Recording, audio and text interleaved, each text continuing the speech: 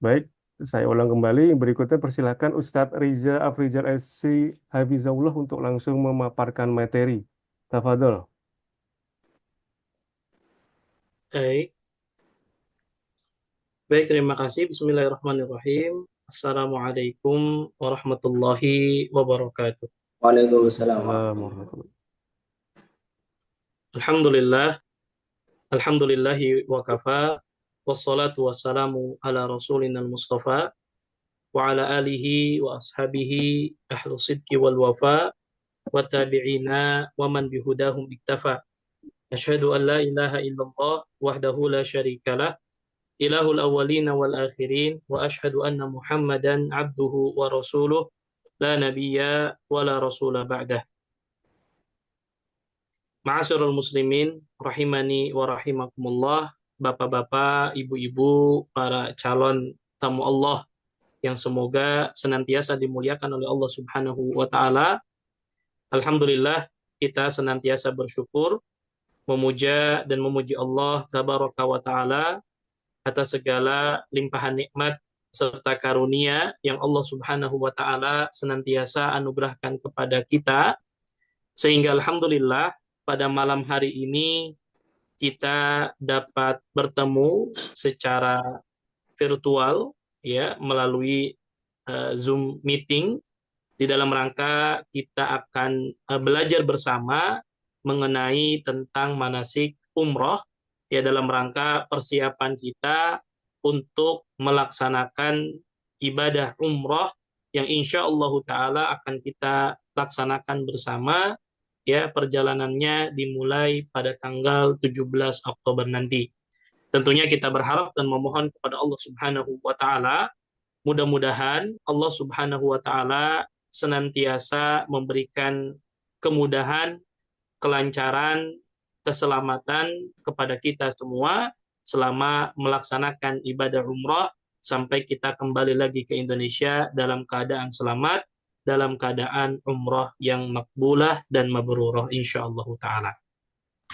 Bapak dan Ibu, para calon tamu Allah yang semoga dimuliakan oleh Allah Subhanahu wa taala, pada kesempatan malam hari ini ya izinkan saya yang insya Allah akan menemani membimbing Bapak Ibu dalam program Umroh Promo tanggal 17 Oktober bersama Sunnah Travel dan juga Al Ansor, ya. Dan insya Allah Ta'ala di malam hari ini kita akan mulai pada pembahasan terkait manasik umroh yang nantinya juga insya Allah di hari keberangkatan ya kita juga akan melakukan dan uh, melaksanakan kembali terkait dengan manasik umroh di Hotel Anara insya Allah Ta'ala. Baik Bapak dan Ibu yang semoga dimuliakan oleh Allah Subhanahu wa taala, ya, tak kenal maka kenalan begitu ya. Maka tentu ya Bapak Ibu harus tahu ya siapa yang membimbingnya gitu kan ya, karena ini ibadah umrah, ibadah yang agung, maka tentu Bapak Ibu juga harus mengetahui siapa pembimbingnya. Nah, secara singkat saja, nama saya Riza Afrizal. Saat ini saya tinggal di Taman Sari Persada di Kota Bogor. Adapun riwayat pendidikan saya, alhamdulillah menyelesaikan pendidikan formal di pesantren Ibnu Taimiyah Bogor, baik jenjang SMP dan SMA. Kemudian melanjutkan pendidikan ke Takmili Lipia Jakarta. Kemudian alhamdulillah ya diberikan nikmat oleh Allah Subhanahu wa taala untuk melanjutkan studi saya S1 di Universitas Islam Madinah Saudi Arabia pada jurusan hadis dan studi Islam, dan saat ini sedang menempuh program magister di salah satu perguruan tinggi Islam di Indonesia. Kemudian untuk pendidikan non formal, alhamdulillah pernah mengikuti pelatihan ya Al-Quran dan juga ulum syariah di Islamic Cultural Center Kuwait. Kemudian tentunya juga mulazamah bersama para masyayikh di Masjid Nabawi, dan saat sebagai dini tentang yayasan dan juga mengisi beberapa kajian rutin ya di Jabodetabek. Kemudian Bapak Ibu sekalian yang semoga dimuliakan oleh Allah, Adapun pembahasan yang akan kita bahas pada kesempatan kali ini ada 7 pembahasan, ya. Selain tentunya yang inti adalah tentang tata cara manasik umrah, namun tentu ada beberapa pembahasan yang sejatinya harus kita pelajari bersama. Yang pertama nanti akan kita sama-sama pelajari terkait definisi umrah, hukum, rukun dan wajib umrah. Ya, karena ini penting untuk kita ketahui bersama, ya, apa hukum umrah, wajib atau sunnah, ya, rukunnya apa saja, wajib umrah itu apa saja. Ini juga penting untuk kita ketahui. Kemudian yang kedua, insya Allah kita akan belajar bersama terkait dengan keutamaan umrah dan juga keutamaan kota Makkah dan Madinah. Ini tentu kita sampaikan di awal sebagai motivasi untuk kita semua agar kita lebih bersemangat lagi, ya, bahwa kita ini sedang menjalankan ibadah yang sangat agung, bahwa di sana ada keutamaan umroh dan juga keutamaan kota Makkah dan kota Madinah. Kemudian yang ketiga, hal-hal penting sebelum pelaksanaan umroh, ini juga penting untuk kita saling ingatkan. Kemudian yang keempat, larangan ihram, ya, dan juga yang berkaitan dengan hukum-hukum larangan ihram. Yang kelima, nanti akan kita jelaskan tata cara manasik umrah secara sistematis dan juga ringkas insya Allah, mudah-mudahan bisa dipahami nantinya. Ya, yang ketujuh adalah praktik manasiknya, dan insya Allah ini nanti akan kita sama-sama bahas kembali di Hotel Anara sebelum perjalanan kita ke Saudi Arabia insya Allah Ta'ala. Bapak dan Ibu, para calon tamu Allah Subhanahu wa Ta'ala, kita bahas terlebih dahulu apa itu umrah. Jadi jangan sampai kita mau melaksanakan ibadah umrah tapi kita sendiri tidak tahu apa itu umrah. Begitu ya. Maka umrah itu secara bahasa adalah az-ziyarah. Jadi kalau orang bicara apa itu umrah, umrah itu sejatinya adalah berziarah, mengunjungi, ya. Nah, itu kalau kita lihat dari sisi bahasa. Adapun secara syar'an, secara syariat, bahwa umrah itu adalah ziyaratu baitillahil haram ala wajhin makhsus. Bahwa umrah itu adalah mengunjungi Baitullah, mengunjungi Ka'bah yang suci dengan cara yang khusus. Nah, ini yang harus digarisbawahi, bahwa umrah itu caranya khusus, Bapak Ibu sekalian. Artinya apa? Tidak boleh sembarangan. Ya, ada tata caranya, ada syariatnya yang memang itu harus kita lakukan secara sistematis. Ya, dari mulai nanti ihramnya, ya, talbiyahnya, tawafnya, sampai nanti kita tahallul. Itu ada tata caranya. Nah, kita berusaha bahwa ibadah umroh kita harus sesuai dengan apa yang dicontohkan oleh Nabi. Supaya apa? Supaya ibadah kita bernilai pahala.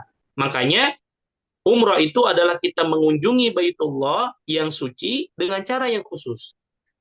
Ya, wa huwa nusuk al-ma'ruf al-mutarakkib min al-ihram wa talbiyah. Yaitu sebuah manasik yang diketahui tata caranya secara sistematis. Mulai dari ihram. Ya, nanti kita jelaskan apa itu ihram.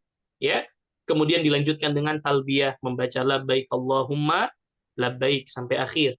Kemudian setelah itu kita lanjutkan dengan tawaf, ya, seputar Ka'bah 7 kali, ditambah dengan sa'i bainas Safa wal Marwah, ya. Kemudian nanti diakhiri dengan tahallul, dengan kita mencukur rambut.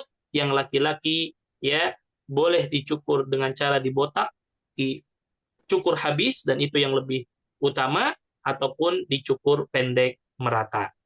Bapak dan Ibu sekalian yang semoga dimuliakan oleh Allah, lalu apa hukum umrah? Ini kita harus ketahui bersama.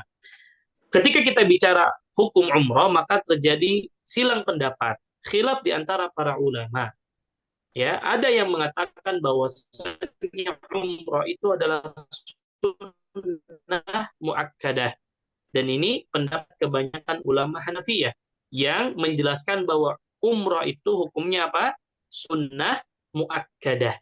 Sunnah yang sangat ditekankan. Itu sekali seumur hidup. Sedangkan sebagian para ulama Hanafiyah berpendapat bahwa umrah itu wajib sekali seumur hidup. Karena memang istilah sunnah muakkadah, ya, pada mazhab Hanafiyah itu lebih condong kepada makna wajib. Nah, pendapat yang paling kuat dari Imam Syafi'i juga menjadi pendapat para ulama Hambali bahwa umroh itu hukumnya wajib seumur hidup. Maka alhamdulillah alladzi bi ni'matihi tatimmus shalihat. Bapak dan Ibu yang saat ini insya Allah diberikan kelapangan rezeki, diberikan keberkahan umur, diberikan kesempatan, berarti kita sedang akan melaksanakan ibadah yang wajib, yaitu ibadah umrah. Ya, walaupun tentu ada di antara Bapak Ibu yang mungkin sudah berulang kali ya melaksanakan ibadah umrah dan itu tentu hukumnya menjadi sunnah. Adapun yang wajib itu sekali seumur hidup. Nah, Bapak Ibu, ketika kita sudah tahu apa hukum daripada umrah itu sendiri, maka kita harus mengetahui tentang rukun umrah dan wajib umrah. Ini penting. Kenapa? Untuk bisa membedakan mana yang masuk rukun, mana yang masuk wajib. Nah, rukun itu perbedaannya dengan wajib, ya rukun umrah dengan wajib umrah, bedanya kalau rukun umrah ditinggalkan maka tidak sah umrohnya. Ya, jadi kalau rukun umrah kita tinggalkan maka tidak sah, umrohnya harus kita ganti. Berbeda dengan wajib umrah. Bagi jamaah umrah yang sengaja meninggalkan wajib umrah, maka dia diharuskan membayar dam, ya, atau juga membayar ya fidyah nantinya, ya, yaitu berupa menyembelih kambing dan dibagikan kepada penduduk fakir miskin yang ada di Mekah. Nah, lalu rukun umrah itu ada berapa? Rukun umrah itu cuma 3, ibu-ibu sekalian, bapak-bapak sekalian, ya. Yang ini nggak boleh ditinggalkan. Makanya fokus kita nanti, ya, dan juga fokus para jamaah sekalian, yang rukun ini jangan sampai ditinggalkan. Yang pertama apa? Ihram. Ihram itu kita niat masuk ibadah umrah. Ya, kita mengucapkan apa? Labbaika Allahumma umratan atau labbaika umratan. Nah, ini nanti akan kita niatkan ketika kita di atas kendaraan, ketika kita berada di mikot, yaitu di Bir Ali atau Dzul Hulaifah. Jadi nanti Bapak Ibu, karena kita nanti perjalanan itu dari Indonesia ke Jeddah, kemudian dari Jeddah ke Madinah, nah kita nanti umrohnya berangkat dari Madinah. Maka mikotnya itu melalui Bir Ali atau Dzul Hulaifah. Ya, maka kita nanti akan diingatkan oleh pembimbing dan juga para mutawifnya sebelum kita berangkat di atas kendaraan nanti kita membaca niat ihram. Kemudian rukun yang kedua tawaf, ini nggak boleh ditinggalkan. Ya, tawaf selama 7 putaran. Nanti akan kita jelaskan secara mendetail ketika kita menjelaskan tentang ya tata cara manasik umrohnya. Ini nggak boleh ditinggalkan. Nah, yang ketiga itu sa'i, lari kecil antara Safa dan Marwah. Ini rukun yang tidak boleh ditinggalkan. Adapun wajib umroh itu ada 2. Ya, yang pertama ihram dari mikot. Ya, kalau ada orang ihramnya selain dari mikot, ya, maka dia harus membayar dam. Kalau dia bisa kembali lagi. Ya, kembali lagi ke mikot, kemudian nanti niatnya dari mikot. Yang mungkin sering jadi pertanyaan bagaimana kalau naik kereta cepat? Ya, nah yang naik kereta cepat, ya, itu bisa niat ihramnya ya di awal ketika naik kendaraan. Nah, biasanya nanti sebelum masuk area mikot itu sudah ada pengumuman di atas kereta bahwa insya Allah nanti kita akan melewati mikot ya bagi para penumpang yang akan melaksanakan ibadah umroh maka silahkan membaca ya membaca doa ihram ya boleh kita lakukan sebelumnya sebagai bentuk kehati-hatian atau nanti sebelum nanti kita melewati mikot itu akan diberikan kabar di atas ya kereta ya kita akan melewati mikot bagi yang akan melaksanakan ibadah umroh segera baca labbaika Allahumma umratan atau labbaika umratan. Kemudian yang kedua mencukur rambut atau yang disebut dengan tahallul. Ini juga termasuk wajib umroh. Kalau tidak kita lakukan maka kita harus membayar dam. Baik. Ini terkait rukun dan wajib umroh. Nah, lalu apa sunnah-sunnah umroh? Jadi tadi kan ada rukun umroh, ada wajib umroh, ada sunnah-sunnah umroh. Apa saja sih sunnah-sunnahnya? Pertama, mandi ketika kita akan mulai ihram. Ya, mandinya itu mandinya sama seperti mandi junub, mandi besar. Kapan ini kita lakukan? Nanti kita lakukan di hotel, Bapak Ibu sekalian. Ketika kita di Madinah, sebelum kita berangkat ya ke mikot, nanti kita itu mandi dulu. Ya, bisa saja kita mandi di mikot, ya di Dzulhulaifah, tapi karena jumlah kita banyak ya ya dan juga keterbatasan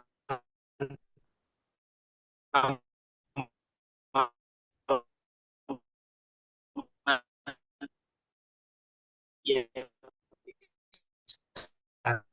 maka yang di mana di kita melakukan apa sunnah-sunnah yaitu mohon maaf, bersihkan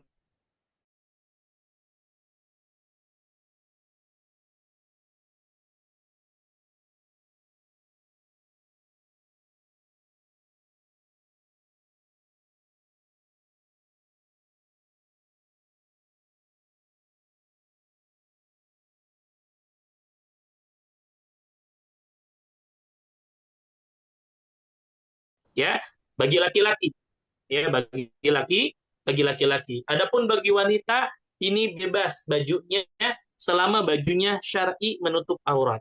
Ya, adapun nanti tata cara menggunakan kain ihram ya baik yang bagian bawah ataupun bagian selendangnya itu nanti akan kita praktikkan ketika kita berada di hotel anak. Ya, sekarang secara teori dulu ya. Nanti akan kita praktikkan gimana pakai cara ya sarungnya itu biar apa namanya kuat gitu ya tanpa kita menggunakan sabuk, bagaimana cara menyelempangkan kain ihram itu nanti akan kita eh, jelaskan, praktikkan ketika kita nanti di Hotel Anam. Kemudian yang berikutnya nanti kita sholat di Wadi Akhir bagi mereka yang berihram dari Dzulhulaifah. Nah, karena ini kita pas. Nanti kita ihramnya itu dari Madinah, ya di Bir Ali. Nanti kita sholat. Sholatnya sholat apa? Sholatnya itu bebas. Kalau kita berkenaan berbarengan dengan sholat duhur, maka sholat duhur. Kalau sholat duhur, kita sholat tahiyatul masjid atau sholat sunnah mutlak.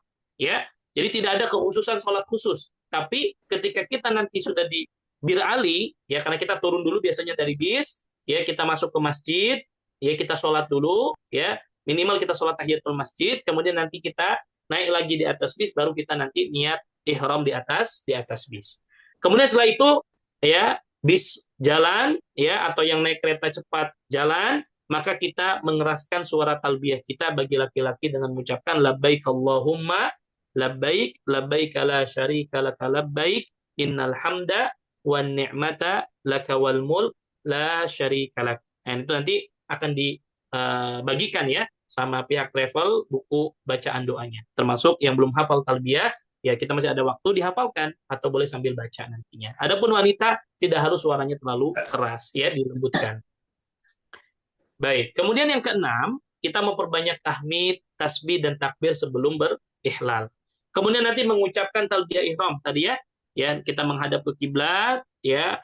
Adapun ketika kita di atas kendaraan, maka kita nanti baca labbaika Allahumma umratan atau labbaika umratan. Ya, jelas Bapak Ibu, suara saya terdengar ya? Jelas, Ustaz. Baik, baik, alhamdulillah. Nah, itu sebagian daripada sunnah-sunnah uh, umrah. Ya, nanti akan kita jelaskan mendetailnya. Nah, lalu apa keutamaan ibadah umrah? Ini tentu sebagai pengingat saja. Ya, tentu banyak sekali Bapak Ibu kalau kita bicara tentang keutamaan ibadah umrah. Ya, tentu saya menyebutkan sebagiannya saja. Yang pertama, ya sebagai motivasi untuk kita bahwa umrah ini adalah jihad sebagaimana ibadah haji. Ya, terutama bagi para ummahat, para ibu-ibu ini. Ya, umroh itu jihad ibu-ibu sekalian. Makanya pernah satu hari Aisyah berkata, "Qultu ya Rasulullah, 'alan nisa'i jihadun?" Ya Rasulullah, apakah ada kewajiban jihad bagi wanita? Maka Nabi mengatakan, "Na'am, 'alaihinna jihadun la qitala fi." Bagi wanita itu ada kewajiban jihad tapi tanpa berperang. Apa itu? Al-hajju wal umrah. Haji dan umrah. Jadi ibu-ibu kita harus menyadari dari awal bahwa ibadah umrah ini adalah jihad yang berpahala besar di sisi Allah.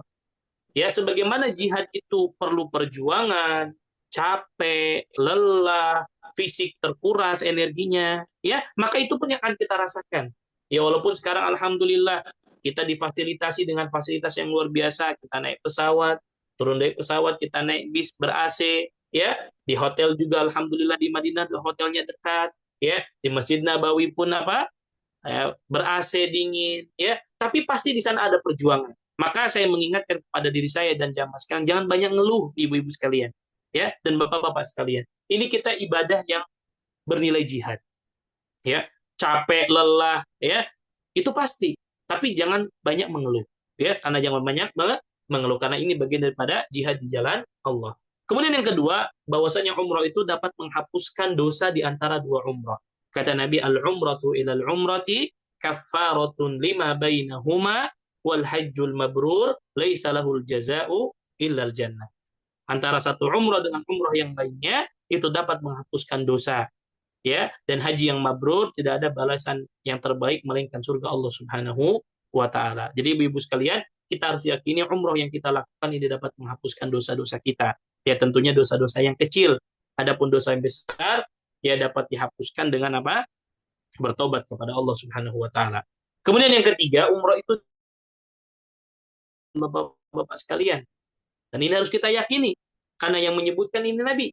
Kata Nabi, tabi'u bainal haji wal umrah. Ikutkanlah umrah kepada haji, fa innahuma yanfiyanil faqra, karena keduanya dapat menghilangkan kemiskinan, wadzunuba, dan dapat menghilangkan dosa-dosa. Jadi ibu-ibu, bapak-bapak, umrah yang akan kita lakukan ini dapat menghilangkan kefakiran, dan memang pada faktanya iya. Ya, walaupun kita bayar mungkin sekian puluh juta, uang kita keluarkan, bekal kita harus siapkan, tapi yakinilah umrah yang kita lakukan tidak akan menjadikan kita miskin. Bahkan justru ya uang yang kita keluarkan dalam rangka melaksanakan ibadah umrah dan haji pasti Allah akan ganti. Ya, bisa gantinya mungkin tidak berupa harta, bisa jadi Allah gantikan dengan anak-anak yang mudah diatur, anak-anak yang menjadi anak-anak yang soleh, harta menjadi lebih berkah, kerjaan jadi lebih berkah. Ya, itu ganti-ganti ya bentuk Allah menghilangkan kefakiran pada diri kita dan juga Allah menghapuskan dosa-dosa kita. Bahkan kata Nabi, kama yanfil qiru khobathal hadid. Sebagaimana karat yang dapat menghilangkan, sebagaimana pembakaran yang dapat menghilangkan karat besi. Ya, kalau kita tahu bahwa kalau ada karat yang menempel di besi, cara menghilangkannya dengan apa? Dibakar. Ya, jadi seperti itu perumpamaan orang-orang yang melaksanakan ibadah haji dan umroh. Walaysa lil hajjatil mabrurah thawabun ilal jannah. Dan tidak ada pahala bagi haji yang mabrur kecuali surga Allah Subhanahu wa taala. Jadi Bapak Ibu, ya, ibadah yang kita lakukan kita sedang mencari ya pahala surga Allah Subhanahu wa taala. Kemudian belum lagi ya keutamaan salat di Masjid Haram dan Masjid Nabawi. Ya, kata Nabi Shallallahu Alaihi Wasallam, salatun fi masjidi hada afdalu min alfi salatin fi masiwa illal masjidil haram. Ya, salat di masjidku yaitu Masjid Nabawi lebih utama 1000 kali daripada salat di tempat yang lain kecuali Masjid Haram. Bayangkan Bapak Ibu, ya, satu kali kita salat di Masjid Nabawi pahalanya 1000 kali. Ya, padahal kita belum tentu mungkin sholat di tempat kita ya bisa sampai 1000 kali pahalanya. Bahkan yang lebih besar lagi, sholatun fil masjidil haram afdalu min mi'ati alfi sholatin fi masiwa. Sholat di masjid haram lebih utama 100.000 kali daripada sholat di tempat yang lain. Allahu Akbar. Lihat Bapak Ibu. Ya, mungkin kita selama seumur hidup kita ya sholat berulang kali belum tentu bisa mencapai 100.000. Ini sholat satu kali. Makanya ya kemarin sudah diingatkan oleh pihak travel bahwa hendaklah ketika kita nanti berada di masjid, berada di Madinah dan juga di Mekah, perbanyak sholat. Terutama ya jangan tinggalkan sholat berjamaah di masjid karena keutamaannya besar. Ya. Dan memang pertanyaan yang sering ditanyakan, Ustadz, apakah mendapatkan keutamaan 100.000 dan juga 100.000 ini hanya di masjid? Bagaimana kalau sholatnya di hotel? Kalau hotelnya masih masuk tanah haram, apakah juga masih dapat pahala 1.000 atau 100.000? Maka secara singkat, Bapak Ibu, dalam hal ini para ulama berselisih pendapat. Ada 3 pendapat. Ya, secara singkat saya sampaikan. Pendapat pertama, kita akan mendapatkan 100.000 kali itu yang sholatnya, ya, maksudnya di Ka'bah. Ya, ini pendapat. Yang dimaksud yang sholat di Masjid Haram yang lebih utama 100.000 kali itu sholatnya maksudnya adalah Ka'bah. Apa dalilnya? Firman Allah Subhanahu wa taala, "Fawalli wajhaka syatrul Masjidil Haram." Dan palingkanlah mukamu ke arah Masjid Haram. Yang dimaksud Masjid Haram di sini adalah Ka'bah. Jadi pendapat pertama mengatakan bahwa yang dimaksud dapat 100.000 itu ketika sholatnya di Ka'bah. Ya. Kemudian pendapat yang kedua yang dimaksud adalah Masjid Haram. Selama kita sholatnya di sekitaran Masjidil Haram dan termasuk di dalamnya Ka'bah, maka kita mendapatkan 100.000. Berarti batasan masjid itu kan apa? Pelataran. Kita sholat di pelataran Masjid Haram itu masih dapat. Adapun kita sholatnya misalkan di hotel, ya, walaupun hotel yang masuk tanah haram, bagi pendapat yang kedua ini tidak dapat keutamaannya. Nah, pendapat yang ketiga adalah selama kita berada di tanah haram, ya, tetap dapat keutamaan ini. Ya, ini pendapat yang ketiga. Ya, berdasarkan dalil-dalil yang ada, tapi saya tidak bacakan semua karena keterbatasan waktu. Lalu mana pendapat yang paling kuat? Wallahu taala alam, saya lebih merojihkan pendapat yang paling kuat adalah pendapat yang kedua. Bahwa ya yang dimaksud mendapatkan 100.000 ini adalah sholatnya di Masjidil Haram. Ya, termasuk di perluasan masjid, di pelataran. Adapun di hotel yang masuk tanah haram, wallahu taala alam, ya saya lebih menguatkan pendapat yang kedua. Walaupun tidak salah juga pendapat yang ketiga. Ya, bahwa orang yang sholat di hotel masih dapat keutamaan 100.000 kali. Namun ini lebih memotivasi kita, lebih utama kita tetap datangnya sholat di mana? Di masjid. Wallahu ta'ala alam. Dan pendapat ini dipilih oleh Syekh Muhammad bin Saleh Al-Utsaimin rahimahullah. Kemudian Bapak Ibu, ya secara singkat lagi, apa sih keutamaan kota Makkah dan Madinah? Yang pertama, kota Makkah ya dan juga kota Madinah adalah kota yang diharamkan oleh Allah. Yang dimaksud dengan haram adalah kota yang dimuliakan oleh Allah. Termasuk juga Makkah dan Madinah adalah dua kota suci yang aman. Makanya Nabi mengatakan, Inna Ibrahim harrama Makkata wa inni haramtul Madinah. Sesungguhnya Nabi Ibrahim menjadikan kota Makkah menjadi kota yang haram, kota yang suci. Dan aku menjadikan Madinah sebagai kota yang suci juga. Yang kedua, kata Nabi tidak boleh kita melakukan perjalanan kecuali ke tiga masjid. Ya, kata Nabi la tasyuddur rihal illa ila thalathati masajid. Ya, kita dilarang untuk ya melakukan perjalanan kecuali tiga masjid. Ya, yaitu Masjid Haram, Masjid Nabawi dan juga Masjid Aqsa. Kita tahu bahwa keutamaan ya sholat di Masjidil Aqsa yaitu 500 kali lipat pahalanya. Masjid Haram 100.000, Masjid Nabawi ya 1.000. Kemudian yang ketiga, keimanan akan kembali ke kota Madinah. Sebagaimana Nabi mengatakan, innal imana la ya'ziru ilal Madinah kama ta'zirul hayyatu ila juhriha. Ya, bahwasannya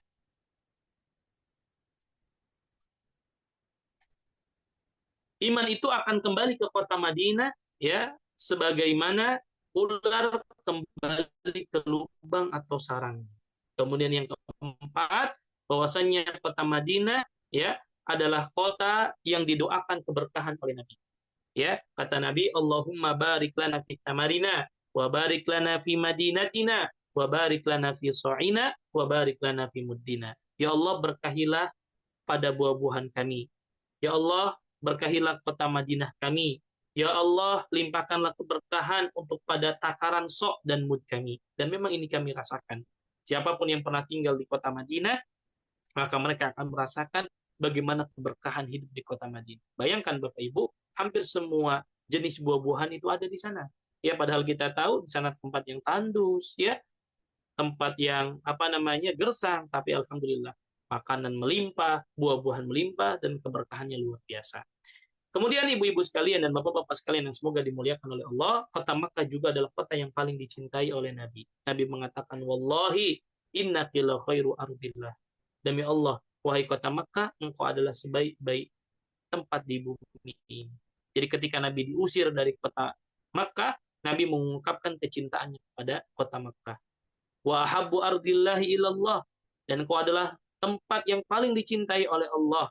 Walaula anni ukhrijtu minki ma kharajtu.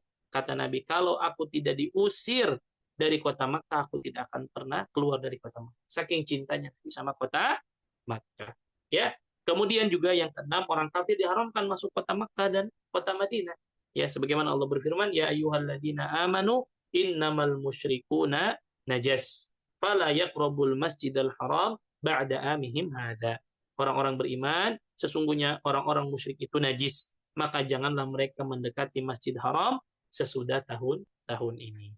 Baik, sekarang kita masuk kepada pembahasan berikutnya. Tadi kita sudah jelaskan definisi umroh, kita sudah jelaskan hukum umroh, kita sudah jelaskan apa itu rukun umroh, apa itu wajib umroh, apa itu sunnah umroh.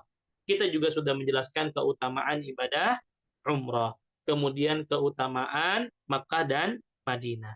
Maka ada dua hal ibu-ibu, bapak-bapak, yang perlu kita perhatikan sebelum kita umroh. Satu, kita ikhlaskan niat umroh kita hanya karena Allah dan untuk Allah. Kenapa? Karena sayang Bapak Ibu, kita sudah keluarkan uang yang besar, ya.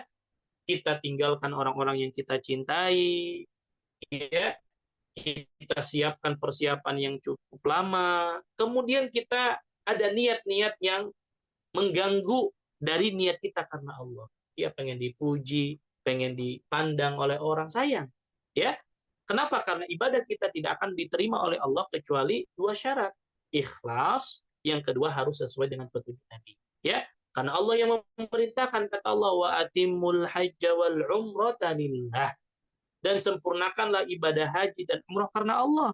Nggak boleh kita ibadah haji dan umrahnya karena ingin dapat pujian manusia, ya, ataupun dapat keinginan-keinginan yang berkaitan dengan dunia.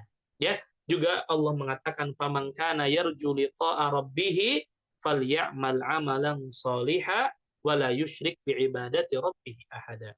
Siapa yang mengharapkan pertemuan dengan Allah, maka hendaklah dia mengerjakan kebaikan.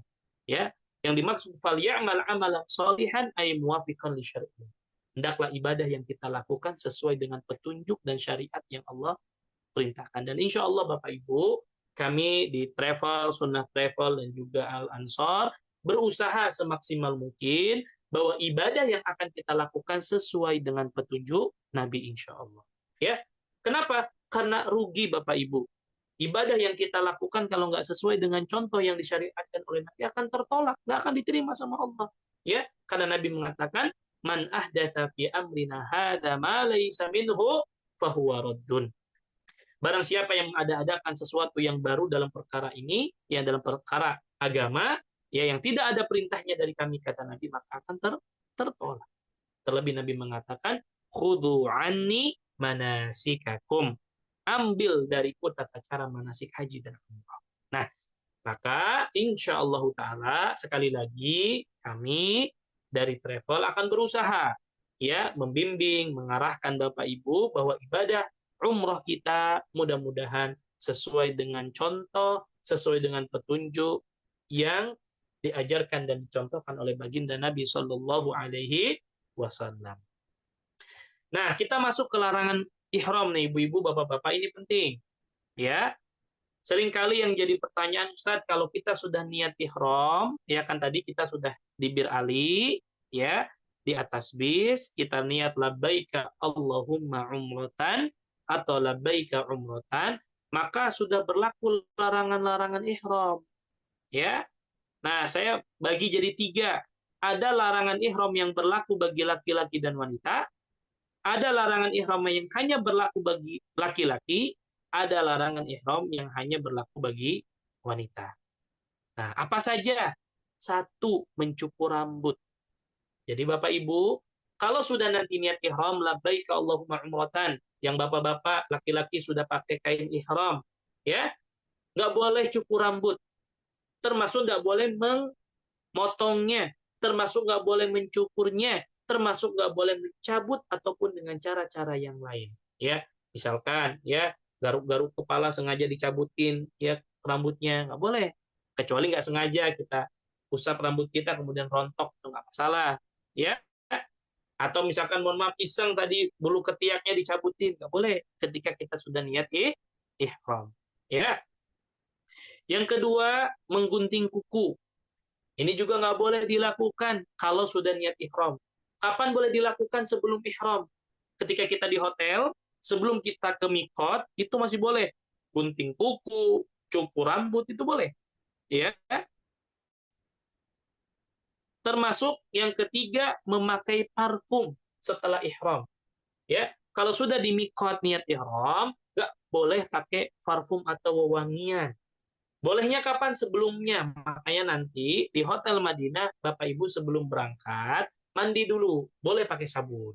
Ya, boleh pakai sabun yang apa? Ada wangi-wangiannya. Pakai minyak wangi juga, boleh.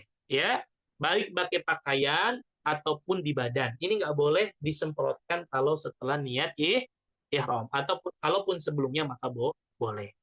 Ustadz, kalau nanti sampai di Mekah, kan kita ke hotel dulu ya. Ya, boleh nggak saya mandi dulu, Ustadz? Ya, ganti kain ihram boleh, tapi usahakan jangan pakai sabun yang beraroma, ya.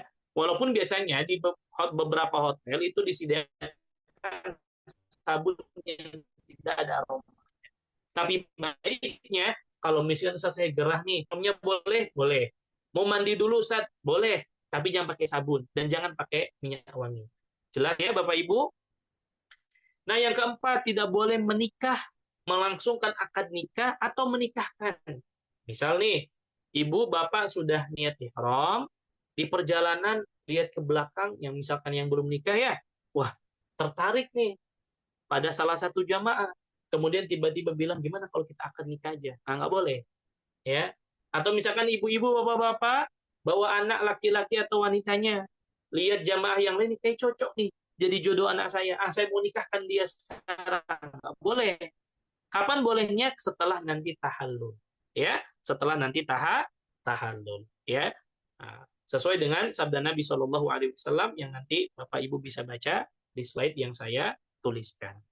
Yang kelima, larangan ihram yang berlaku bagi laki-laki dan wanita adalah berhubungan badan. Ya, termasuk menyentuh, ya menyentuh tentunya dengan syahwat. Kalau pegangan tangan boleh Ustaz, boleh.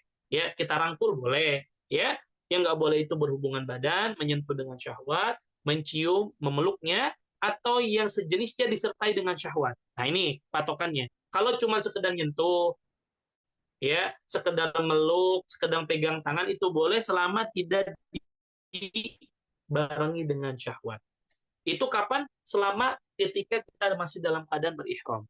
Adapun selesai kita tahallul, cukur rambut, maka boleh dilakukan jadi halal lagi. Ya, yang sebelumnya tadi haram dilakukan maka jadi jadi halal kembali. Jelas Bapak Ibu? Ini ada 5 larangan saat ihram yang berlaku bagi laki-laki dan wanita. Ya. Kemudian yang keenam, ini masih yang berlaku bagi laki-laki dan wanita, yaitu berburu binatang. Ya, misalkan ya, ibu-ibu, bapak-bapak di perjalanan kita naik bis, kemudian pas turun di rest area, lihat banyak merpati. Nah, kita ambil merpatinya, kita tangkap, kita buru, nggak boleh. Ya, tidak boleh membunuh binatang buruan secara langsung atau tidak langsung, atau membantu orang lain untuk menangkap hewan buruan dalam bentuk apapun, meskipun hanya sekedar menunjukkan binatang buruan. Ya, yang dimaksud binatang buruan di sini adalah semua hewan darat yang halal dan liar seperti kijang, kelinci, burung merpati dan sebagainya. Ini nggak boleh kita lakukan kalau kita masih dalam keadaan ihram. Itu 6 larangan ihram bagi laki-laki dan wanita. Nah, yang berikutnya larangan yang khusus bagi laki-laki. Apa saja? Satu, menutup kepala. Nggak boleh ya. Kalau Bapak Ibu sudah niat ihram, tidak boleh nutup kepala. Berdasarkan sabda Nabi Shallallahu Alaihi Wasallam tentang orang yang meninggal karena jatuh dan terinjak untanya ketika sedang wukuf di Arafah. Nabi mengatakan, mandikanlah dia dengan air dan daun bidara dan kafani dia dengan 2 kain ihramnya dan jangan kalian menutup kepala. Jadi Bapak Ibu, ketika kita sudah niat ihram, nggak boleh tutup kepala kita, terutama yang laki-laki. Nggak boleh bawa peci, ditutup pakai peci. Nggak boleh bawa topi, ditutup kepalanya pakai topi. Ya, atau ya yang sifatnya melekat. Adapun yang tidak melekat seperti payung, atap mobil, ya itu masih boleh. Ya, itu masih boleh. Nah, termasuk misalkan Bapak Ibu naik bis nih kedinginan, misalkan. Kemudian ambil selimut, kemudian kepalanya ditutupin sama bapak-bapak. Ini nggak boleh. Ya, adapun ibu-ibu, ya tentu pakai kerudung. Boleh.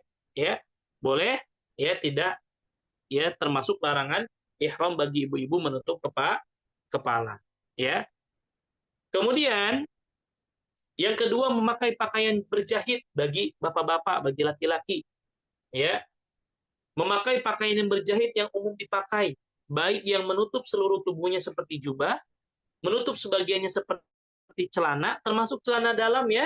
Nanti ketika kita di mikot, mungkin dari hotel sampai mikot masih boleh kita pakai celana dalam. Nanti bapak-bapak sudah sampai mikot dilepas celana dalamnya, ya, termasuk kaos dalam, ya, termasuk kaos kaki, ya, dan baiknya tidak menggunakan sepatu, ya, pakai sandal, ya, bawa sandal, ya, walaupun nanti khilaf di antara para ulama masih boleh nggak pakai kaos kaki atau sepatu, maka lebih amannya nggak usah pakai kaos kaki dan sepatu setelah niat ihram, pakainya sendal. Kalaupun ternyata kita nggak punya sendal, masih boleh pakai sepatu, tapi sepatunya yang tidak menutup mata kaki, ya, ya, lebih baiknya tidak usah menggunakan kaos kaos kaki, ya.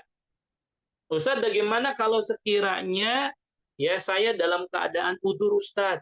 Misal ada di antara jamaah yang memang punya penyakit yang sering kencing, ya. Boleh tidak saya pakai popok atau biasanya pakai apa? Celana dalam khusus ihram. Kalau memang keadaannya darurat, dalam keadaan yang memang ya punya penyakit seperti itu dibolehkan tetapi harus membayar fidyah. Ya, apa fidyahnya? Yaitu memberi makan 6 orang miskin, ya, kemudian puasa 3 hari, atau membayar dam. Yang nanti akan kita jelaskan secara mendetail. Ya, ini larangan bagi laki-laki. Gak boleh menutup kepala, tidak boleh memakai pakaian berjahit. Nah, adapun bagi wanita itu ada dua, yaitu dilarang menggunakan niqab atau cadar bagi ibu-ibu yang selama ini kesehariannya menggunakan niqab, dan juga dilarang menggunakan sarung tangan. Nah, adapun bagi ibu-ibu yang khawatir ya terlihat ya wajahnya di depan para lelaki dan memang dia berpendapat bahwasannya ya wanita harus menggunakan cadar, maka boleh dengan menutup wajah keseluruhan, ya, bukan cadar, tapi menutup keseluruhannya. Nah, nanti mungkin bisa dilihat ya ada beberapa jamaah kita yang nanti ketika akan berumroh tetap menutup wajahnya tapi tidak mengkaca. Ya, ditutup seluruh wajahnya itu masih boleh. Tapi kalau kita menggunakan cadar masih terlihat ya matanya, nah itu tidak boleh. Dan tidak boleh merangsangkan bagi ibu-ibu. Ya, ketika sudah niat ihram. Maka Bapak dan Ibu secara singkat di antara mahdhuratul ihram, larangan ihram yang pertama memburu binatang. Tadi nggak boleh ya. Ini berlaku bagi laki-laki dan wanita. Juga tidak boleh menikah dan menikahkan. Ini berlaku bagi laki-laki dan wanita. Tidak boleh mencukur rambut atau memotong rambut atau mencabut rambut. Ini juga berlaku bagi laki-laki dan wanita. Tidak boleh menggunting kuku.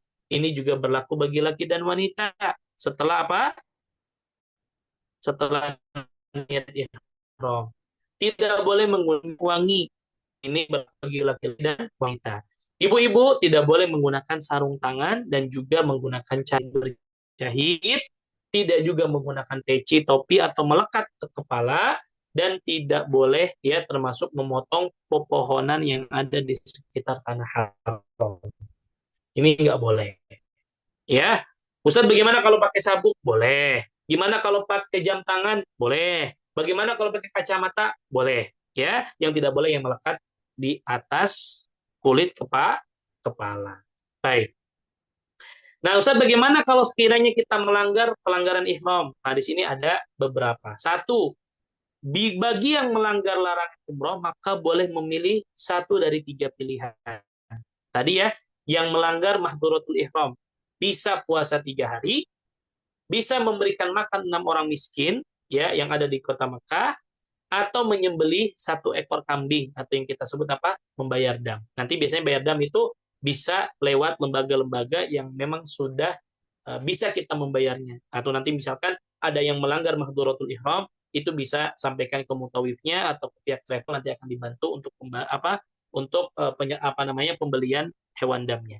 Nah, ada kasus tertentu yang berdampak pada rusaknya ibadah. Nah, ini harus jadi perhatian Bapak Ibu. Satu, berhubungan badan, ya. Jadi kalau Bapak Ibu dalam keadaan ihram, ya jangan berhubungan badan, ya. Kalau setelah tahallul boleh bebas. Kalau ternyata kalau dilakukan, maka dia harus membayar dam, yaitu seekor kambing, dan umrohnya rusak, dan harus disempurnakan dan baginya qadha. Makanya ini berat bagi yang berhubungan badan dalam keadaan sedang berihram. Makanya ya ini harus dihindari. Yang kedua, bagi yang melanggar akad nikah, maka tidak ada fidyah. Ya, ya, tidak perlu membayar fidyah, tapi dia apa dapat ya tadi merusak ya kesempurnaan ibadah umrohnya. Kemudian yang berikutnya, bagi yang memburu hewan buruan, maka fidyahnya adalah dengan ya mengganti hewan yang semisal. Kalau yang diburu yang diambil adalah merpati, maka bayarnya dengan merpati. Ya, lalu memberikan makan kepada orang miskin di tanah haram. Atau bisa juga dengan membeli makanan dengan seharga hewan tadi. Kalau harga misalkan merpati yang diambil anggaplah 15 real, maka dia beli makanan seharga 15 real dan memberikan makan setiap orang miskin dengan 1 mud, atau dia boleh berpuasa selama beberapa hari sesuai dengan jumlah mud makanan yang harus dia beli. Nah, ada 3 keadaan kalau misalkan Ustadz saya melakukannya karena tidak tahu ilmunya atau saya dipaksa. Bagaimana Ustadz? Nah, maka ada 3 keadaan. Yang pertama, kalau dia melakukan pelanggaran ihram karena lupa atau tidak tahu ilmunya atau dipaksa, maka tidak ada dosa dan tidak perlu bayar fidyah. Ini berdasarkan sabda Nabi, "Innallaha tajawaza li an ummati al-khata'a wan nisyana wa mastukrihu alaihi." Sesungguhnya Allah itu akan memaafkan seorang hamba yang ya nggak tahu ilmunya, melakukan karena ketidaksengajaan atau dipaksa ataupun lupa. Ya. Yang kedua, jika dia melakukan pelanggaran dengan sengaja, namun karena ada udzur yang mendesak, maka dia dikenakan fidyah tadi. Yang 3, puasa 3 hari, memberi makan 6 orang miskin, ya, atau menyembelih 1 ekor kambing atau membayar dam. Contoh misalkan, ya ada orang yang memang misalkan ketika sudah niat ihram banyak kutunya rambutnya, sehingga terpaksa harus dicukur sebelum dia tahallul, maka boleh dicukur tapi dia harus bayar fidyah tadi. Atau yang tadi saya sampaikan, ada bapak-bapak, ibu-ibu yang mungkin tadi punya penyakit bekser ya, yang memang sering kencing terus sehingga dia harus pakai popok ya. Kalau nggak pakai popok akan lebih mudarat, maka boleh dia gunakan tapi harus bayar fidyah. Harus bayar fidyah. Nah, yang ketiga, jika melakukannya dengan sengaja tanpa ada udzur, ya, dia sudah tahu ilmunya, ya dia melakukan dengan sengaja, tidak ada kebutuhan yang mendesak, maka dia harus bayar fidyah, ditambah dia berdosa dan segera taubat kepada Allah Subhanahu wa taala dengan taubatan nasuha. Ini berkaitan dengan 3 keadaan orang yang melanggar ihram. Nah, Bapak Ibu sekalian, para calon tamu Allah yang semoga dimuliakan, ada beberapa bagian ya bagian-bagian Ka'bah. Ya, ada bagian-bagian Ka'bah. Yang pertama ada al-mizab, itu talang air. Nah, ini biasanya kalau hujan ya. Ya memang kita beberapa kali pernah umroh ya dan alhamdulillah ya berkah. Waktu itu kita turun hujan, insyaallah. Lebih nikmat biasanya, kita lebih apa namanya panas gitu ya. Maka kita akan lihat air itu mengalir dari talang air. Kemudian ada namanya rukun Iraqi ya. Kemudian ada Hijr Ismail. Kemudian ada penutup Ka'bah atau kiswah ya. Ada pintu Ka'bah ya, babul Ka'bah. Nah, ada namanya makom Ibrahim. Ini nanti kita sholat setelah kita beres tawaf. Ada multazam. Nah, ini multazam itu ya satu tempat antara pintu Ka'bah dengan Hajar Aswad. Nah, di sini tempat yang mustajab untuk berdoa. Ya, kalau kita ada kesempatan berdiam diri sekitar itu untuk berdoa, maka ini mustajab. Walaupun kadang faktanya agak susah ya, agak susah kalau ya ternyata rame yang tawafnya. Kemudian ada Hajar Aswad. Nah, ini nanti mulai kita melaksanakan tawaf ya. Jadi apa namanya garis lurus itu mulainya kita di situ ya, dari Hajar Aswad dengan mengucapkan ya Bismillahirrahmanirrahim di awal kita pegang. Kalau enggak maka berikan isyarat dengan tangan saya mengatakan Allahu Akbar. Nah, kemudian ada namanya rukun Yamani. Rukun Yamani itu ya posisi antara ya Hajar Aswad dengan sebelum Hajar Aswad. Ya, satu kotak itu namanya rukun yamani. Nah, di situ nanti kita disunahkan membaca Rabbana atina fid dunya hasanah wa fil akhirati hasanah wa qina adzabannar. Ya, kemudian ada Ar-Ruknu Asy-Syami bagian selatan. Nah, ini ya untuk pengetahuan awal saja. Baik. Nah, sekarang kita masuk pada bagian yang terakhir, Bapak Ibu, tata cara manasik umroh secara sistematis. Ya, sebagiannya sudah kita sebutkan tadi di penjelasan. Nah, sekarang kita mulai dari awal. Jadi Bapak Ibu, tadi saya sampaikan, ketika kita di Madinah, di hotel semuanya mandi ya. Mandinya itu mandi besar seperti mandi junub. Ya, kita mandi berwudu pakai wangi-wangian.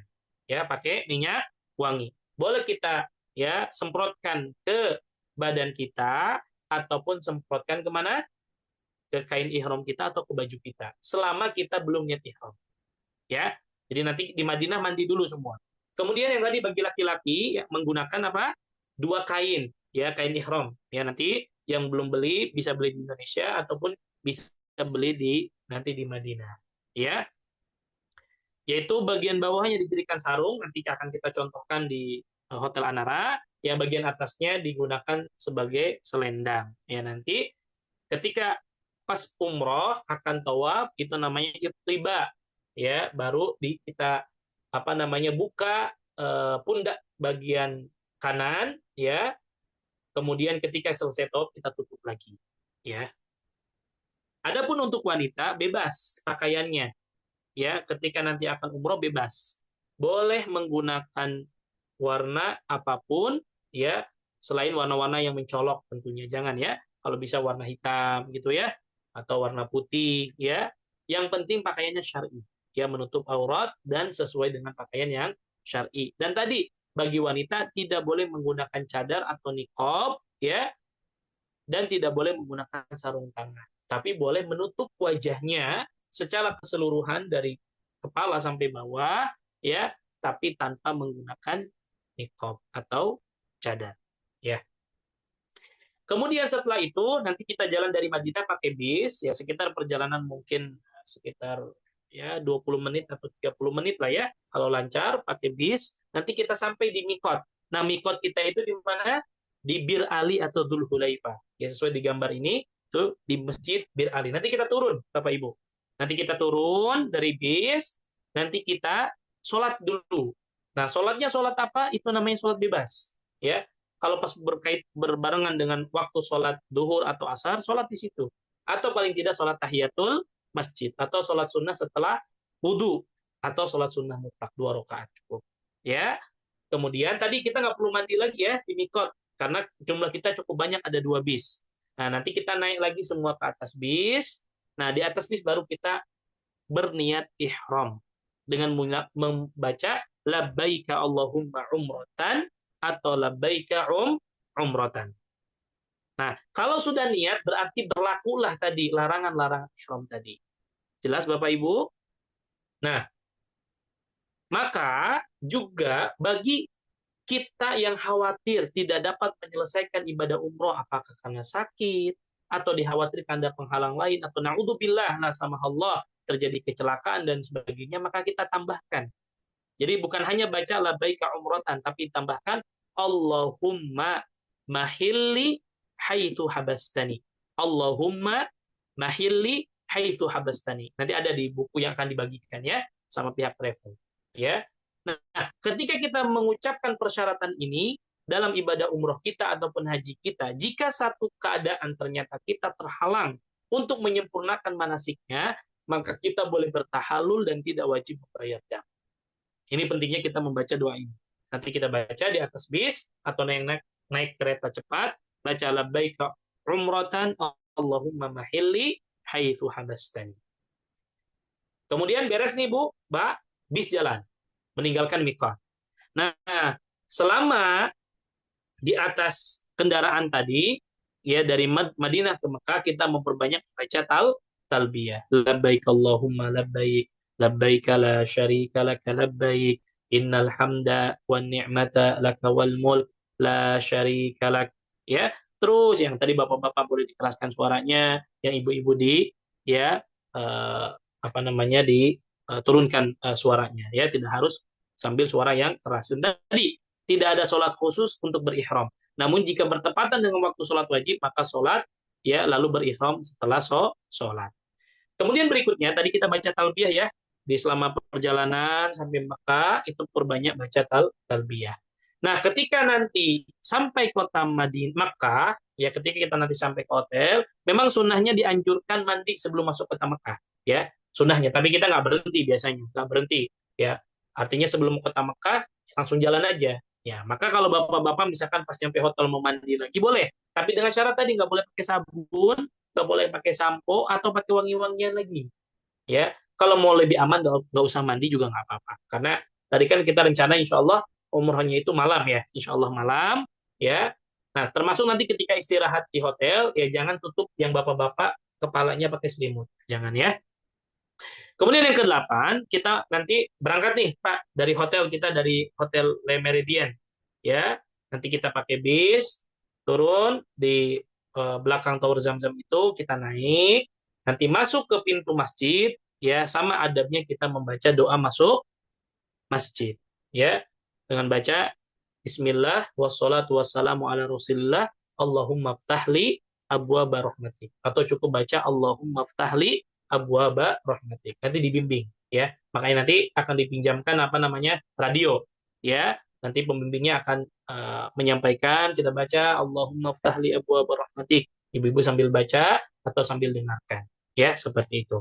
Masuk kita nih ke dalam masjid, ya. Masuk ke masjid, maka memang ada beberapa doa. Kalau kita pertama kali melihat Ka'bah, ada yang tanya Allah salam, waminkas salam, aina rabbana bisalam, ya itu boleh kita baca dan boleh juga kita tidak baca.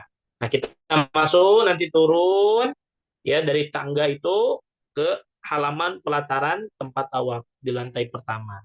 Nah, nanti kita turun, maka semua nanti kita menghadap ke Hajar Aswad. Nah, karena kita ini totalnya banyak ya, ada 70 lebih, maka nanti kita bareng-bareng semua. Ya, bareng-bareng semua. Ya, diusahakan semuanya bareng. Nah, Bapak Ibu nanti pas dari hotel semuanya dalam keadaan suci, sudah berwudu. Karena ya pendapat yang paling kuat kalau tawaf itu harus dalam keadaan bersuci. Karena Nabi mengatakan at-tawafu misosalah illa annakum tatakallamuna fi. Tawaf itu seperti sholat. Ya, hanya saja bedanya kita boleh bicara ketika tawaf. Maka ya dipersyaratkan ketika tawaf itu harus dalam keadaan berwudu dan tidak boleh batal wudunya. Ya tidak boleh batal. Nah, nanti semua kita kumpul, yang bapak-bapak itu mulai ya kain ihramnya itu apa namanya? Pundaknya itu dibuka yang sebelah kanan, yaitu tiba. Ya dibuka, ya kemudian nanti kita jalan mulai dari Hajar Aswad, kita angkat tangan, saya mengatakan Bismillahi Allahu Akbar. Di awalnya Bismillahi Allahu Akbar, setelah itu cukup mengucapkan Allahu Akbar. Maka kita jalan bareng. Dimulai satu putaran pertama. Nah ya, maka ketika ya di 3 putaran pertama disunahkan kita berlari kecil bagi yang laki-laki. Ya, kalau memungkinkan. Tapi kalau padat nggak perlu memaksakan untuk lari di 3 putaran pertama. Ya, dan berjalan biasa pada 4 putaran terakhir. Ya, nah nanti kita baca bareng-bareng jalan. Nah Bapak Ibu sekalian, pertanyaan yang sering ditanyakan, Ustaz doa apa yang kita baca selama kita tawaf? Maka tadi Nabi mengatakan at-tawafu missus shalah illa annakum tatakallamuna fi. Tawaf itu sama seperti sholat. Bedanya kita boleh ngomong, boleh bicara apapun. Nah Bapak Ibu, sejatinya tidak ada doa khusus ketika kita tawaf. Justru disinilah waktu yang mustajab Bapak Ibu berdoa sebanyak-banyaknya, terserah Ibu. Boleh baca pakai bahasa Indonesia, ya. Kalau mungkin sudah banyak doa yang kita ucapkan, boleh sambil zikir, boleh sambil baca Quran atau sambil baca doa yang nanti dibagikan oleh travel. Ya, atau Bapak Ibu mungkin sudah punya list doa sendiri, baca di situ. Jadi nanti pembimbing tidak harus membacakan ya satu-satu. Ya, misalkan doa Allahumma inna nas'alukal huda wat tuqa wal afafa wal ghina, enggak perlu. Selama tawaf bebas doa sebanyak-banyaknya masing-masing. Nah, nanti akan diingatkan ketika kita sudah berada di Rukun Yamani sebelum kita ke Hajar Aswad, baru di situ nanti pembimbing akan mengingatkan membaca doa Rabbana atina fid dunya hasanah wa fil akhirati hasanah wa qina adzabannar. Itu saja. Yang lainnya selama 7 putaran bebas baca apa saja. Disitulah Bapak Ibu kita memohon kepada Allah, kita keluhkan segala keluhan kita, apa yang menjadi hajat kita, justru ketika kita tawaf tadi, ya. Dan harus dibimbing oleh pembimbing, ya. Kalau yang tadi boleh baca doa yang sudah dibagikan oleh travel boleh, ya. Jadi tidak ada zikir dan bacaan tertentu pada satu tawaf. Seorang tawaf boleh membaca Al-Qur'an, boleh baca doa, zikir yang dia suka. Kemudian nanti beres tawaf, kita 7 kali nanti tawaf, beres tawaf di akhir akhir tawaf itu di Hajar Aswad juga. Kita baca Bismillahirrahmanirrahim. Kemudian yang laki-laki tutup lagi pundak sebelah kanannya. Nah, kemudian kita pergi ke makom Ibrahim, ke belakang makom Ibrahim, ya, yang belakang sini. Ya, enggak harus persis di belakangnya. Boleh sebelah kanannya, kirinya, belakangnya. Yang penting posisinya jangan di depan makom Ibrahim tapi belakang. Ya, tapi belakang makom Ibrahim. Apa yang kita lakukan? Kita sholat sunnah tawaf 2 rakaat, Bapak Ibu. Ya, sholat sunnah tawaf 2 rakaat. Rakaat pertama baca surah Al-Fatihah dan surah Al-Kafirun. Nanti kita ingatkan, Bapak-bapak, Ibu-ibu baca surah Al-Fatihah dan Al-Kafirun. Makanya usahakan Bapak Ibu bareng-bareng terus, ya, pelan-pelan aja bareng-bareng, ya. Karena kita jumlahnya banyak. Nah, rakaat kedua membaca surah Al-Fatihah dan surah Al-Ikhlas.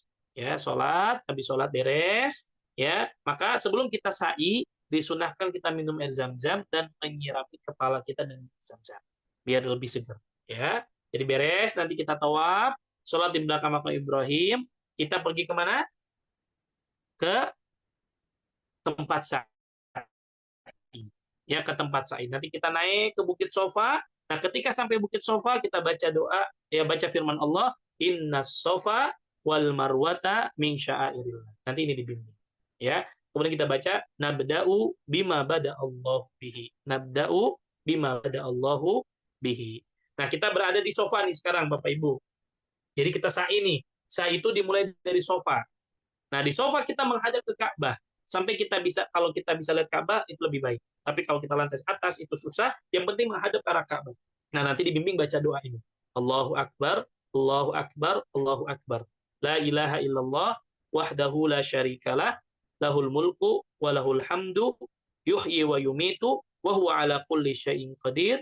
La ilaha illallah wahdah, anjaza wa'dah, wa nasaru abdah, wa hazamal ahzaba wahdah. Nanti ada di buku, ya, yang akan dibagikan.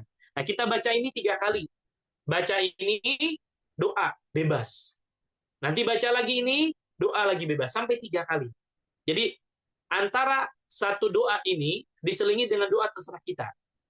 Ya, diselingi dengan doa terserah kita. Nah, cuman memang yang jadi problem adalah biasanya karena padat, itu kita baru baca sekali udah diusirin tuh sama askar. Supaya apa? Supaya nggak padat. Nah, nanti kita sesuaikan. Nanti kita sesuaikan yang mengikuti arahan pembimbing jalan. Nah, menuju Marwah. Nah, sebelum menuju Marwah itu ada, ya, lampu hijau yang seperti di foto itu. Nah, di situ kita yang laki-laki disunahkan lari-lari kecil sambil baca, ya, doa, ya, yang disunahkan untuk kita baca dan tidak baca pun tidak apa. Ya, Rabbikfir warham innaka antal azizul al akram. Itu boleh kita baca di situ, tidak baca juga tidak apa-apa. Nah, nanti kita jalan, ya. Nah, selama sa'i baca apa? Bebas juga Bapak Ibu. Di situ juga kita doa sebanyak-banyak, ya. Boleh berzikir, boleh baca Quran, ya. Hanya saja bedanya kalau sa'i ini tidak mempersyaratkan kita dalam keadaan suci. Kalaupun batal wudhu kita nggak masalah. Tapi kalau tawaf itu harus dalam keadaan suci. Nah, nanti kalau batal bagaimana pas tawaf? Itu dimulai, ya, kalau kita baru dapat 3 putaran berarti, ya, dihitung dari 3 lagi. 3, tawaf lagi 4, 5, 6 begitu, ya. Di mana kita berarti batal, maka, ya, di situ kita mulai lagi, tidak harus ulang dari awal. Kalau kita sudah 4 maka tinggal lanjut begitu, ya. Nah, kita dari sofa sampai ke Marwah. Bermarwah kita lakukan apa yang kita lakukan di sofa. Menghadap ke kiblat, baca takbir tadi 3 kali, baca doa yang tadi kita sebutkan. Terus begitu, sofa Marwah, sofa Marwah, sampai berakhir di mana? Di Marwah, karena 7 kali. Sofa ke Marwah 1, Marwah ke sofa 2 kali, ya, sofa ke Marwah 3 kali, terus sampai berakhir di mana? di Marwa. Nah, beres di Marwa, ya, baru kita berarti tinggal melakukan yang terakhir itu apa? Tahallul. Yang terakhir itu apa? Seluruh rambutnya atau mencukur gundul. Dan ini yang terbaik, ya, karena Nabi Shallallahu Alaihi Wasallam mendoakan, kata Nabi, ya, Allahummarham al muhalliqin, ya Allah rahmatilah orang-orang yang membotak rambutnya setelah ibadah haji dan umrah. Nabi sampai doakan 3 kali, kemudian para sahabat mengatakan wal muqassirina ya Rasulullah. Ya Rasulullah, doakan juga rahmati orang-orang yang cukur ya pendek rata. Maka Nabi mengatakan wal muqassirin, dan begitu juga orang yang mencukur rata. Ya, adapun ibu-ibu cukup memotong rambutnya sepanjang 1 ruas jari saja. Itu aja cukup. Ya, boleh dilakukan setelah di Marwa beres atau mau dilakukan di hotel boleh. Ya, yang bapak-bapak nanti kita sama-sama nanti bareng ke tempat cukur, ya, ke tempat cukur. Beres dicukur berarti sudah selesai ibadah umroh kita. Semua hal yang awalnya tadi dilarang menjadi halal kembali. Bapak-bapak, ibu-ibu boleh berhubungan badan, boleh mencukur rambut, boleh mencukur apa? Pakai wangi-wangian, boleh menggunting kuku dan lain sebagainya setelah kita bertahalul. Ya, nanti yang bapak-bapak sama-sama kita ke tempat cukur untuk membotak, baik dibotak ataupun dicukur pendek. Ataupun ibu-ibu ya boleh saling cukur sama ibu-ibu pakai gunting ya, atau suaminya yang mau mencukur itu boleh, ya. Dan harus suaminya yang mencukur. Ya, sesama ibu-ibu boleh yang mencukurkan. Ya, yang penting apa tadi? Ya, seruas jari saja itu sudah cukup, berarti itu sudah tanda tahallul. Wallahu taala alam, Bapak Ibu, itu yang bisa saya sampaikan ya terkait dengan teori manasik umrah. Ya, nanti insya Allah akan kita perdalam ketika kita nanti manasik di Hotel Anara insya Allah taala. Termasuk bagaimana cara pakaikan ihram dan sebagainya. Insya Allah pas nanti kita akan berangkat di Jakarta atau di bandara. Wallahu taala. Baik, syukron atas pemaparannya Ustaz Reza. Untuk yang sesi selanjutnya, berarti tanya jawab ya Ustaz ya.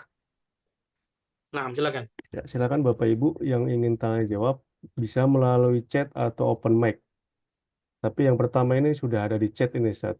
Ana bacakan Nah, dari Ibu Yanti.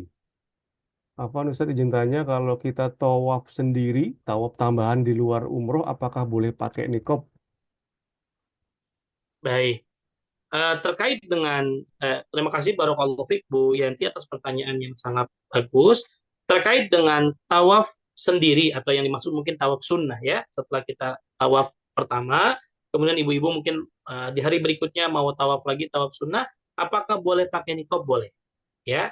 Adapun tawaf sunnah itu boleh pakai niqab. Nah, Syukur Ustaz Barakallahu Fiik. Semoga pertanyaan Ibu Yanti terjawab. Silakan Bapak Ibu, jika ada yang ingin bertanya, bisa open mic, bisa lewat chat.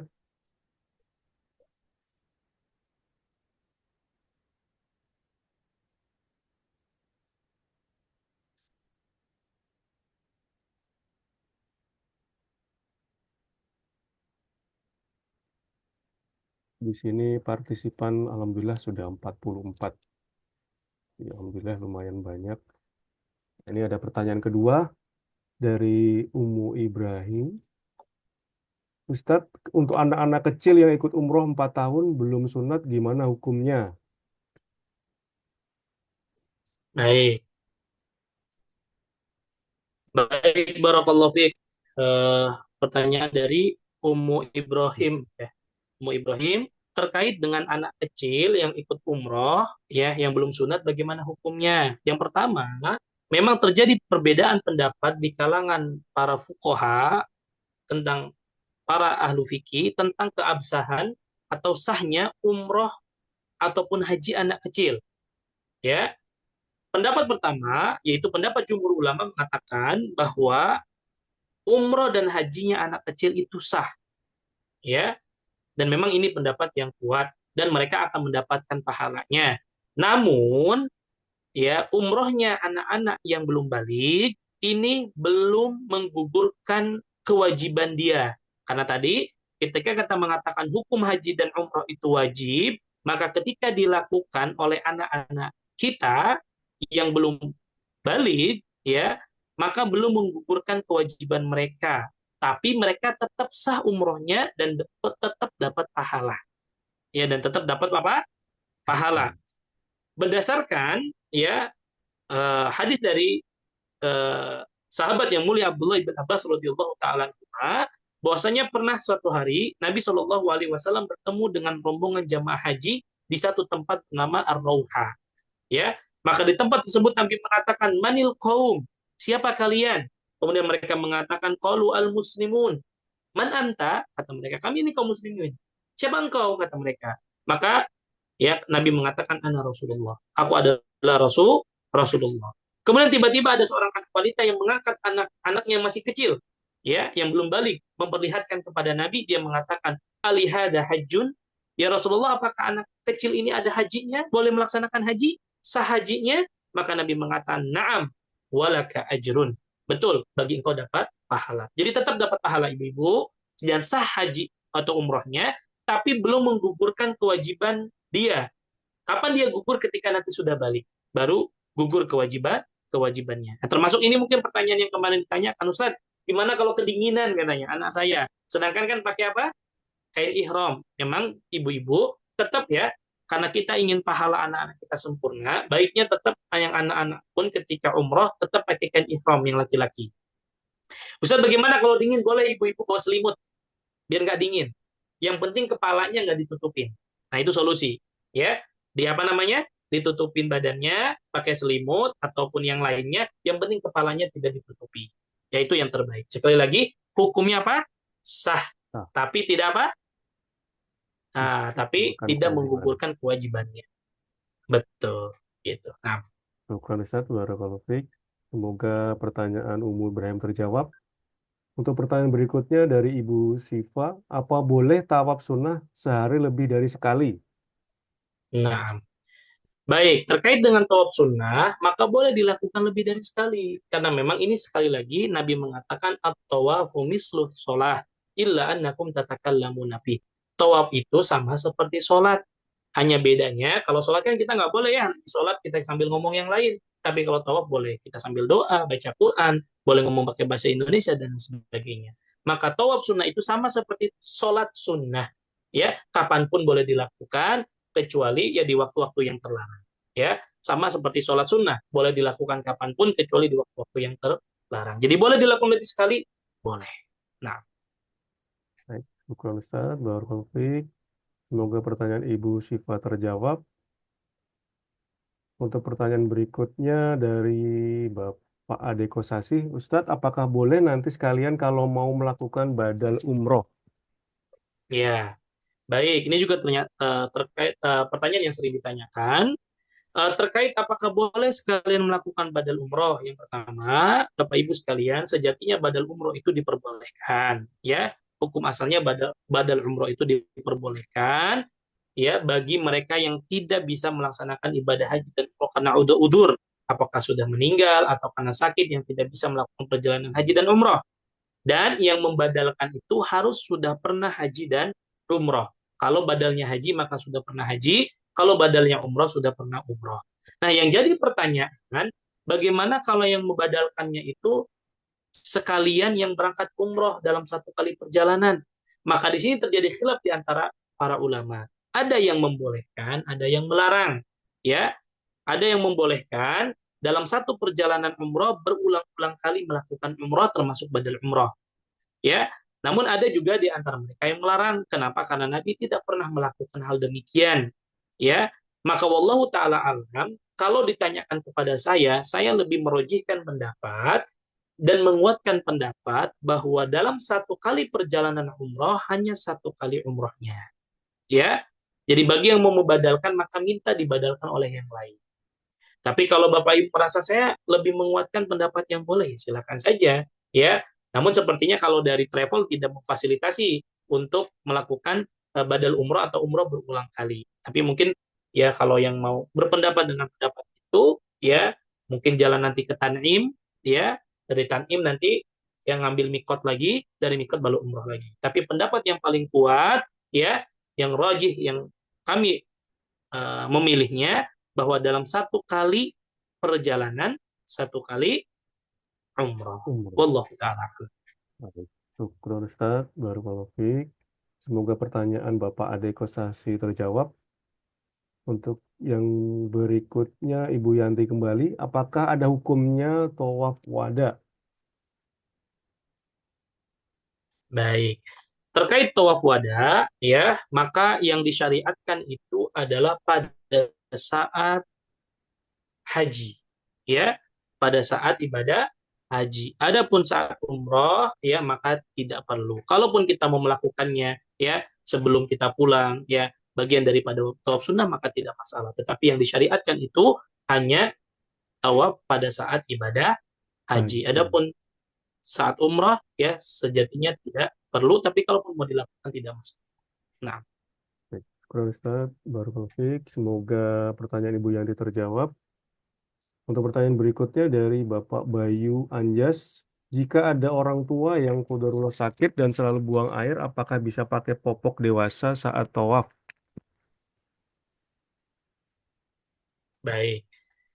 Nah, sebagaimana tadi saya sampaikan, ya sejatinya di antara larangan umroh ya atau larangan ihram atau mahdhuratul ihram, ketika kita sudah niat ihram maka tidak boleh menggunakan pakaian yang berjahit bagi laki-laki.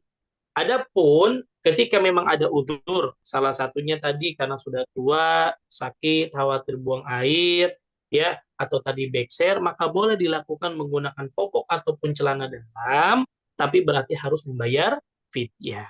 Harus membayar fidyah. Apa tadi fidyahnya? Ya, memberi makan 6 orang miskin Hmm. atau ya puasa 3 hari atau membayar dam. Ya biasanya lebih mudahnya bayar bayar dam. Nah, Syukron Ustaz, barakallahu fiik. Semoga pertanyaan Bapak Bayu Anjas terjawab. Untuk pertanyaan berikutnya dari Bapak Helmi. Ustaz tanya kalau mau tawaf sunnah, misal keesokan harinya tawaf sendiri pakai kain ihramnya dan niatnya mulai dari mana ya? Silakan Ustaz. ya. Terkait kalau baik, kalau tawafnya tawaf sunnah, maka tidak perlu niat ihram lagi dari mikot. Ya, jadi tawaf sunnah itu seperti sholat sunnah tadi. Ya, dari hotel boleh. Ya, dan seperti sholat biasa, nanti cuma tawaf 7 kali aja tanpa ada sa'i, tanpa ada tahallul. Ya, jadi tawaf sunnah itu hanya kita tawaf saja. Ya, 7 kali. Ya, mungkin bapak-bapak nih pas tawaf pertama, umroh pertama tadi yang baru-baru kelompok, ya setelah kita niat ihram mungkin nggak sempat cium hajar aswad gitu kan ya. Atau mungkin nggak bisa berlama-lama di sekitar masjid, di sekitar Ka'bah, tapi mau tawaf sunnah sendiri, ya maka itu boleh dilakukan tanpa harus ke mikot, ya, tanpa apa tadi, sebetulnya tanpa harus pakai kain ihram juga, ya boleh pakai pakai pakaian biasa dan tidak perlu sa'i. Cuman karena sekarang dipersyaratkan oleh pemerintah Saudi bagi yang akan tawaf, ya baik tawaf yang pertama ataupun tawaf sunnah itu harus pakai kain ihram, ya. Jadi tidak perlu apa? Tidak perlu kita ke mikot lagi. Karena tawaf sunnah itu seperti sholat saja. Makanya boleh pakai baju jubah, pakai baju koko, pakai sarung, pakai peci, itu udah boleh. Ya itu sudah Boleh. boleh. Nah, Baik, syukron Ustaz, barakallahu fiik. Semoga pertanyaan Pak Helmi terjawab. Untuk pertanyaan berikutnya, sepertinya tadi sudah ada ini jawabannya. Umroh berulang kali boleh nggak Pak nah, Ustadz? Dari Pak Fauziah. nah, nah, tadi sudah dijawab ya. Ya, Eh, tadi saya sampaikan bahwa ini perkara yang khilaf, terjadi perbedaan pendapat di kalangan para ulama. Tapi kalau saya pribadi lebih menganggap pendapat bahwa umroh itu sekali dilakukan dalam satu perjalanan. jalanan. Allah taala alam. Nah, Baik, syukron Ustadz, barakallahu fiik. Ini pertanyaan berikutnya dari siapa ini? Nggak ada nama. Namanya Asus ini. Afwan Ustadz, bagaimana jika kita mandi di tempat mikot? Apakah boleh kita memakai sabun yang berbau wangi, deodoran, atau nah, memakai parfum?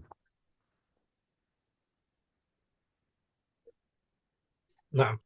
Baik, barakallahu fiik ya. Terkait dengan jika kita ingin mandinya di tempat mikot, apakah boleh kita memakai sabun yang berbau wangi, ya deodoran ataupun memakai parfum, maka boleh selama kita belum niat ihram.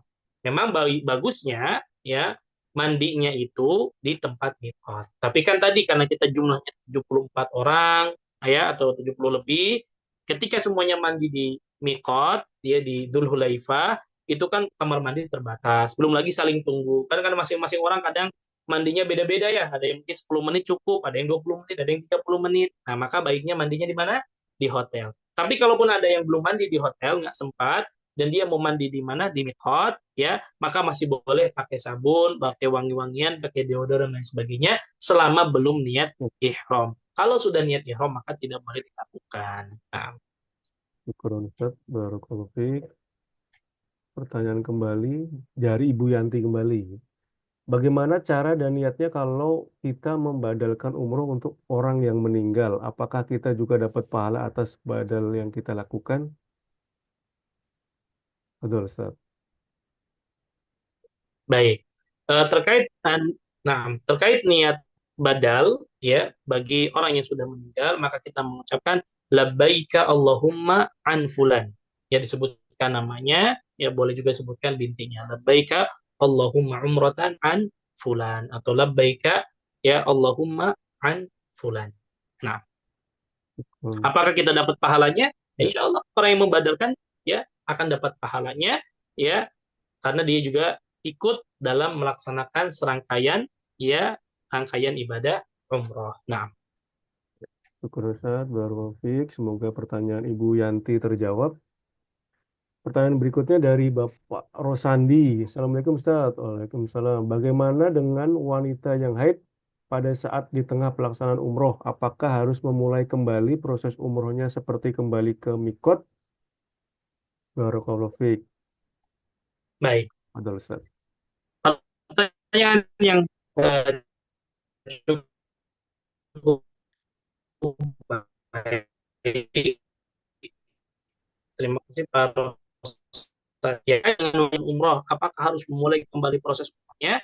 Jika yang ditanyakan adalah setika di pelaksanaan, misal contoh begini, ada seorang wanita sudah ihram, sudah mandi, sudah niat ihram perjalanan. Kemudian sebelum tawaf tiba-tiba apa? Haid, ya. Apakah harus mengulang dari awal? Maka tidak perlu. Ya, tidak perlu mengulang dari awal, Ya. ya. Caranya bagaimana? Caranya ya, nanti misalkan dia datang ke hotel, ya, maka dia tidak ikut tawaf, tidak ikut sa'i, ya, berdiam diri di hotel. Dengan asumsi, ya, nanti dilihat kita berapa hari nih tinggal di Mekah. Oh, saya di Mekah misalkan tadi kemarin kan kita 5 hari ya. Sedangkan biasanya wanita itu haid itu berapa hari? 7 hari. Maka berarti ya 7 hari itu belum suci dan kita harus kembali ke Indonesia. Ya sejatinya bagi mereka yang waktunya luang, ya maka mereka nunggu suci dulu, ya setelah suci langsung tawaf tanpa ihram lagi ke mikot, langsung tawaf, sa'i kemudian tahallul. Jelas? Ini kalau yang memang posisinya tidak pulang ke Indonesia, artinya dia misalkan anggaplah umurnya sebulan, gitu kan ya, atau misalkan dia penduduk kota Madinah, ya, maka dia nunggu suci dulu, maka lanjutkan dengan tawaf, kemudian lanjutkan dengan sa'i. Nah, lalu bagaimana dengan posisi wanita-wanita yang memang ya tadi baru awal masuk haidnya itu di hari pertama umroh, sedangkan di Mekah dia cuma 5 hari, berarti hitungannya dia belum selesai haid. Maka dalam hal ini dia tetap ikut ihram niat dari awal, nanti dia istighfar. Istighfar itu adalah ya menggunakan pembalut, ya pastikan bahwa tidak ada darah yang keluar, artinya betul-betul pembalutnya itu tebal, maka dia ikut serangkaian ibadah umrohnya, ikut tawaf, ikut sa'i sampai dia tahallul. Ya maka itu sah. Ya, hal ini berdasarkan dengan kejadian yang pernah dialami oleh Asma bintu Umais, yaitu istrinya Abu Bakar As-Siddiq radhiyallahu taalaan ketika beliau ikut rombongan haji bersama Rasulullah SAW. Ketika sudah sampai di Dzul Hulaifah, maka dia melahirkan. Ya dalam hal ini dia nifas. Ya, maka ya dia bertanya kepada Nabi SAW, kaifa asna? Qala igtasili wastathfiri bi thawbin wahtimi. Ya, maka engkau mandi ya yang tadi dalam keadaan haid apa namanya baru melahirkan nifas berarti ya. Kemudian mandi, kemudian tadi pakai pembalut supaya tidak keluar darahnya, kemudian tetap ihram. Ya, ini juga pernah terjadi kepada Ibunda Aisyah radhiyallahu taala anha ya, di mana beliau pernah mengalami masa haid ya di tengah-tengah ibadah umrohnya ya. Maka Nabi ya ketika Aisyah nangis kepada Nabi ya, maka dia bertanya kepada Nabi, Nabi mengatakan inna hada amrun katabahullahu ala banati Adam. Sesungguhnya ini perkara ya yang sudah ditakdirkan untuk para wanita ya. Faqdi ma yaqdil haj. Lakukanlah apa yang dilakukan jamaah haji. Ghairu an la tatufi bil bait. Yang tidak boleh itu enggak boleh 50 tawaf boleh sa'i. Ya. Sampai beres dulu suci baru apa? Tawaf. Tapi karena posisi tadi misalkan ya nggak bisa suci sebelum kita pulang, maka boleh umrohnya, tawaf dan sa'inya dalam keadaan itu dibolehkan dan itu sah tawaf dan sa'inya. Ya, adapun yang misalkan dari Indonesia memang sudah haid nih, ya misalkan 2 hari lagi baru suci, maka tetap dia tadi mandi junub seperti biasa, bersihkan badan, pakai pembalut, tetap ihram seperti sama, kemudian dia apa namanya istirahat dulu di hotel, ya misalkan 2 hari suci, nah setelah sucinya baru dia apa tawaf dan sa'i baru tahallul. Adapun ihramnya ikut sama. Bisa jelas dipahami? Syukran Ustaz. Barakallahu fiik. Nah, Semoga pertanyaan Bapak Rosandi terjawab. Ini Ibu Yanti resen sebentar ya, Ibu Yanti. Saya selesaikan pertanyaan yang di chat dulu ya. Pertanyaan selanjutnya Bapak Imam Wahyudin. Ini sepertinya tadi udah dijawab nih. Assalamualaikum Ustaz. Waalaikumsalam. Setelah mandi ihram bolehkah pakai deodoran? nah masih boleh ya, masih boleh sebelum kita niat ihram. Nah, Masih, masih boleh. Syukran Ustaz. Pertanyaan berikutnya dari Pak Menot Ardian. Apa Ustadz untuk laki-laki yang mau tawaf sunnah, apakah boleh memakai kain ihram lagi untuk tawaf dekat dengan Ka'bah atau tawaf yang di lantai atas? Ada Ustadz. ya. Baik. Terkait hal ini, sejatinya tawaf sunnah itu tidak dipersyaratkan menggunakan kain ihram. Itu dulu ya, tidak dipersyaratkan menggunakan kain ihram. Namun karena sekarang ada aturan dari pemerintah, ya tujuannya maslahatnya baik supaya apa tidak terjadi penumpukan di lantai bawah.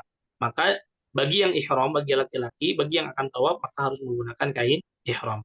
Lalu boleh nggak kita? Dalam ini memang hilaf juga di antara para ulama. Ada yang mengatakan nggak boleh karena berarti kita melanggar aturan. Ada yang mengatakan boleh karena sejatinya kan kita adalah tawaf. Maka dalam ini ya kalau kita mau tawaf sunnahnya berulang, ya mungkin bisa di lantai duanya, nggak harus pakai kain ihram. Tapi kalau sesekali saya pengen dekat Ka'bah, pakai ya kalau saya pribadi memandang silakan saja.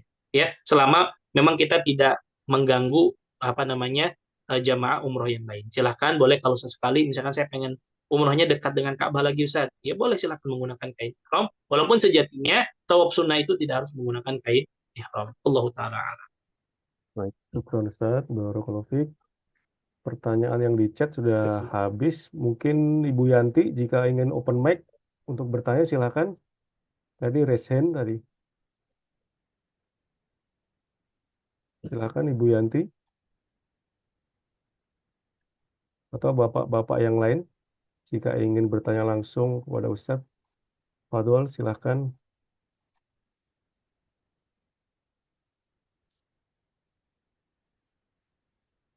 Ibu Yanti, apakah masih online? Yang ingin bertanya? Afwan Ustadz, tadi sudah saya cek, jadi sudah terjawab semua Oh, pertanyaan sudah saya. terjawab. Baik, baik. Syukran. Afwan. Silakan, bapak-bapak, ibu-ibu yang lain jika ingin bertanya.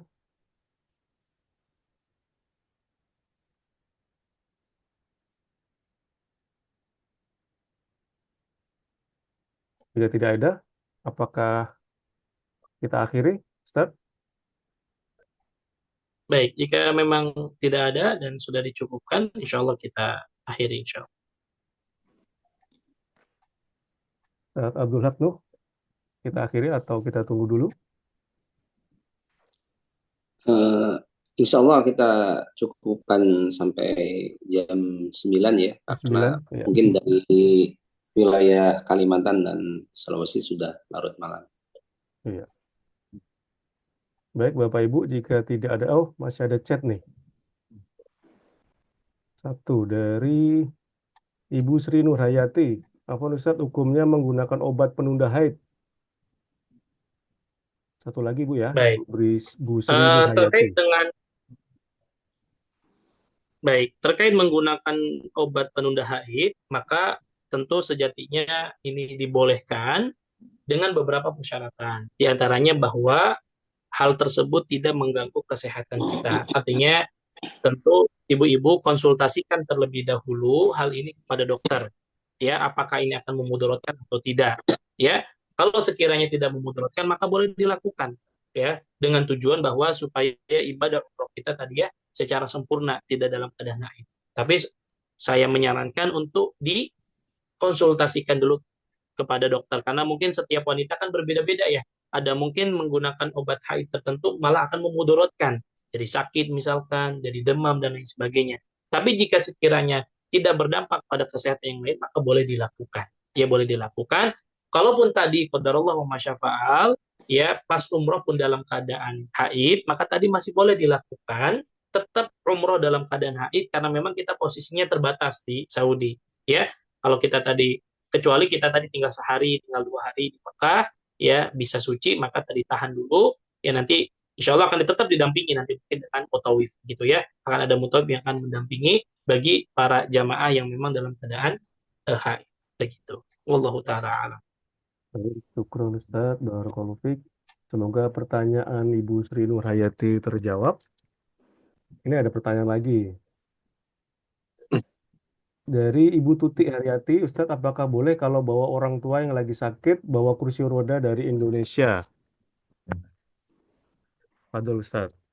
Ya, mungkin ini Ustaz Abdul ya, kalau secara aturan sebetulnya boleh ya, tapi nanti pas tawaf itu ya tidak bisa tawafnya di bawah, ya tidak bisa tawafnya di bawah, tapi harus di lantai 2, 3, dan 4 ya, dan itu harus ada yang mendorongnya. Tapi yang bawa kursi roda dari Indonesia, kalaupun mau tawaf tidak bisa tawafnya di bawah.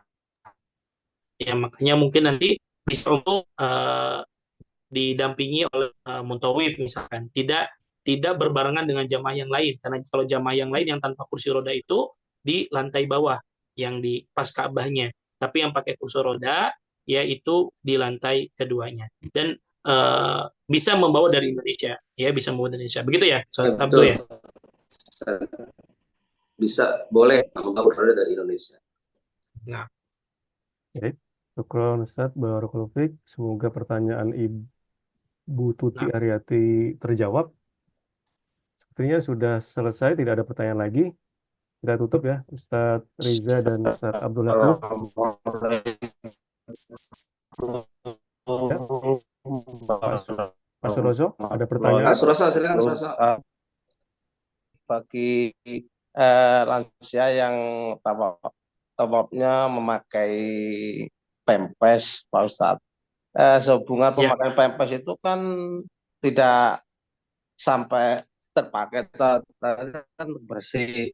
Itu apa kita tetap bayar fidyah, Ustadz?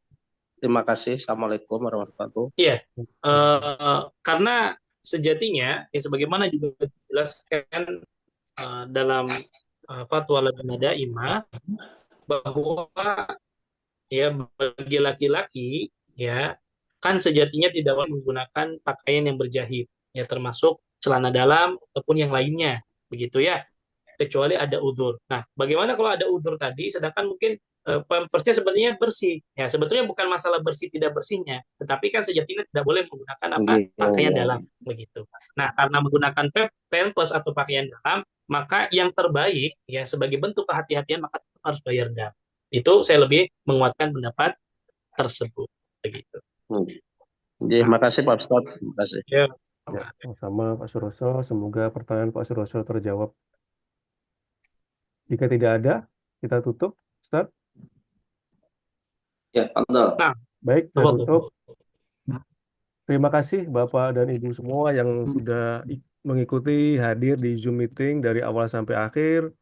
Semoga pemaparan materi malam ini yang disampaikan oleh Ustadz Riza Afrizal LC, Hafizahullah, mengenai hal manasik umroh bisa bermanfaat untuk kelangsungan ibadah umroh nanti.